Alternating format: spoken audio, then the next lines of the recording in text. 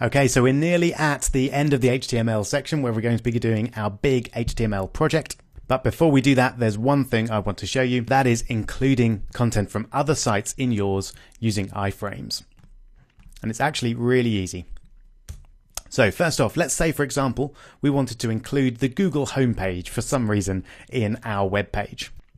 All we do is create an iframe, and then we set the src, so just the same as with an image, to whatever we want to use. And this time I'll use everyone's favorite web hosting site, ecowebhosting.co.uk. I'm actually using that because Google blocks iframe usage. If you try and put Google in there, it won't work. But if we do it with ecowebhosting, it should work fine. And there we go.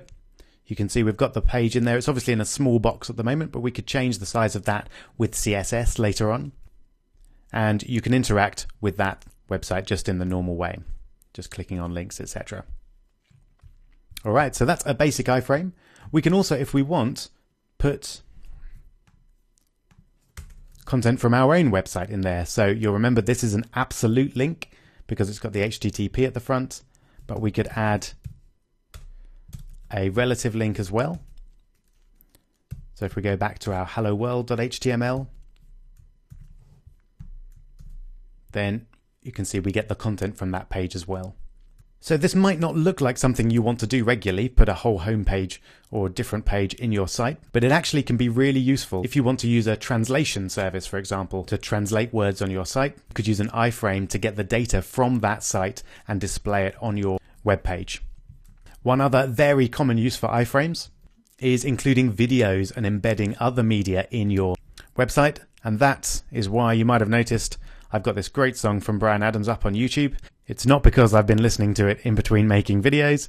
It's because when we go to any video on YouTube and click the share button, the arrow there, the second option along is embed.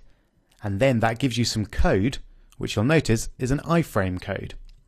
So I'm going to select all of that using Command A or Control A on a PC, copy it to the clipboard using Command C or Control C, and then paste it in right underneath the code that we've got there. So that's some iframe code in the wild.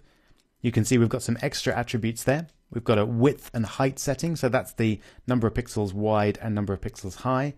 And we've also got a frame border equals 0 setting, which you're welcome to try out on these ones. In fact, let's just pop it on there to have a look. And as you can imagine, that will get rid of the frame border. And now we have a YouTube video right there in our page. And we can even listen to it right there if we want to. There we go. Exciting stuff. All right, so congratulations. You've made it to the end of the first section of the Complete Web Developer course. You've learned how web pages are put together with HTML, with headers and body tags. You've learned about paragraphs, formatting text, lists, images, forms, tables, links, HTML entities, and then finally iframes. That's a lot of new information. And as I said at the beginning of the section, the best way to keep this new information in your head is practice it as often as you possibly can. So we're going to start that in the next video by giving you a challenge to put all of this together and make a fantastic first ever complete web page.